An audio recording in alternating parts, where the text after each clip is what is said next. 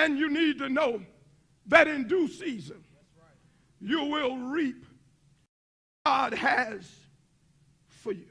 Paul here in this text is talking to the church at Galilee. And he is encouraging them to stay true to the call of Christ in their lives. Because there were a lot of folk that were complaining and putting pressure on the church and in the Christians at Galatia. And when folk are talking about you, it'll make you want to give up. When they are criticizing you, it'll make you want, when they lying on you, it'll make you want to give up. The Judaizers were combating and persecuting the church. And those in the church who were doing good, who were working in the ministry, those who were doing what God called them to do, they began to get discouraged. And so Paul tells them, don't you give up. Not now. He says in verse 7, he said, do not be deceived, because God is not mocked. In other words, God ain't fooled. He knows what's going on in your life. He knows why it's going on in your life. He knows what's coming up against you. He knows who's dealing with you. He knows. Don't you be mocked. God is not mocked. He knows what's going on. And here's what he said. He says, a man reaps what he sows. Now, I need to stop right here. I need to stop right here. Because some of the stuff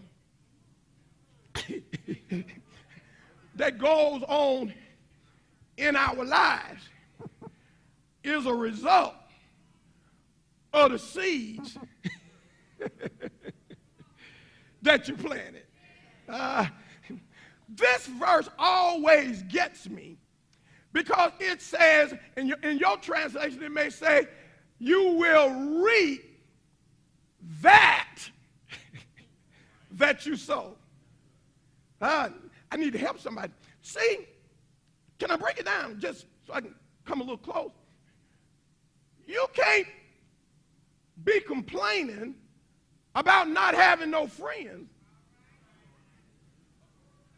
when you talk negative about everybody God sent to your life.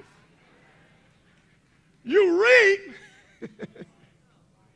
Help me, Holy Ghost. You can't complain about not having no money. Whenever you get a $10 raise, you go escalate your credit card $15. You reap. I got to come a little closer. In other words, you can't plant an apple seed and get a pear tree.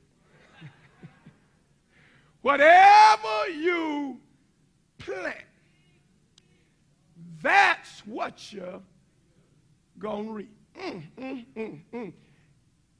If you date a person that don't know Jesus,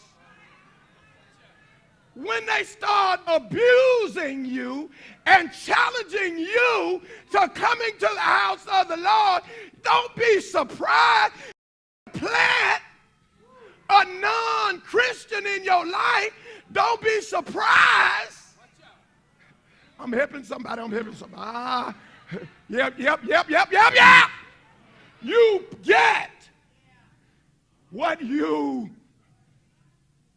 plant. The Bible says the one who plants to please his sinful nature, from that nature you will reap destruction. There's no need in complaining where you are in your life, because 9 times out of 10 it didn't just happen. You planted some stuff that got you the fruit.